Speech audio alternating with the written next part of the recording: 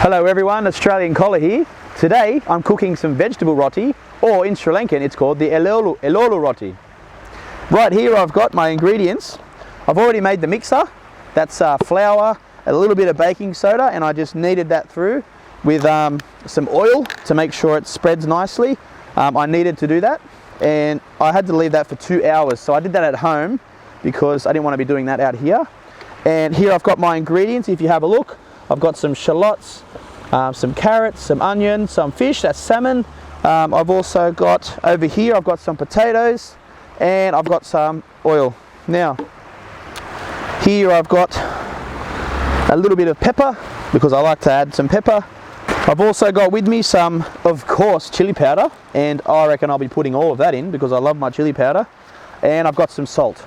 And here I have my trusty stove, and I'll light this up. Look at that, straight on. Much easier than cooking in a kayak. I'll leave that aside. All right, I'm ready to add in my ingredients. First I'll add some oil, of course. We don't want it sticking. And I'm just going to go ahead and add in my ingredients. I'll mash the fish up a little bit.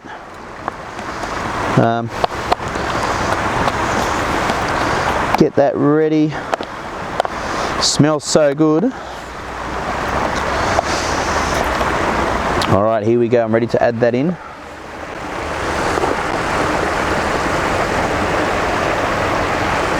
And look at the scenery today. I've got the fountain behind me. I've got a nice little bit of a waterfall happening beside me. And that's about it. All right, my potatoes are going in.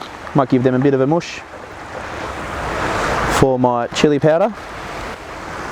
Just tip that in. Again, with the salt, it depends on how much salt you like. It's always good to ask people how much salt they like, because if you don't, it can be insulting if you don't ask them first. Chuck my pepper in, not all of it. So I put my frying pan off to the side, and now I'm about to knead the mixture. And when I knead it, I'm just putting it on top of the container. I've got some oil down so it doesn't stick, and I'm kneading it into the shape of a rectangle, nice and flat. And once I'm ready, I can then place some mixture inside the pastry, about, I suppose, half a cup, depending on how big your pastry is that you've kneaded. And then when you fold the pastry over the top, you fold it almost like you're wrapping a present. You go over with the corners, and then make sure there's no gaps, and you gently roll it over. And again, like a present, you wrap it over crisscross, and make sure you don't have any gaps because you don't want any of the mixture to fall out. Once you've done that, you can place it on the pan.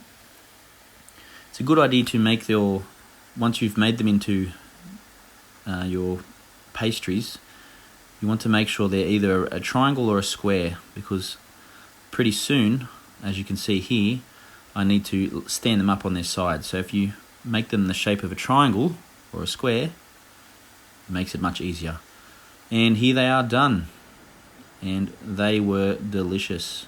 I cracked it open and it was just right inside and very tasty.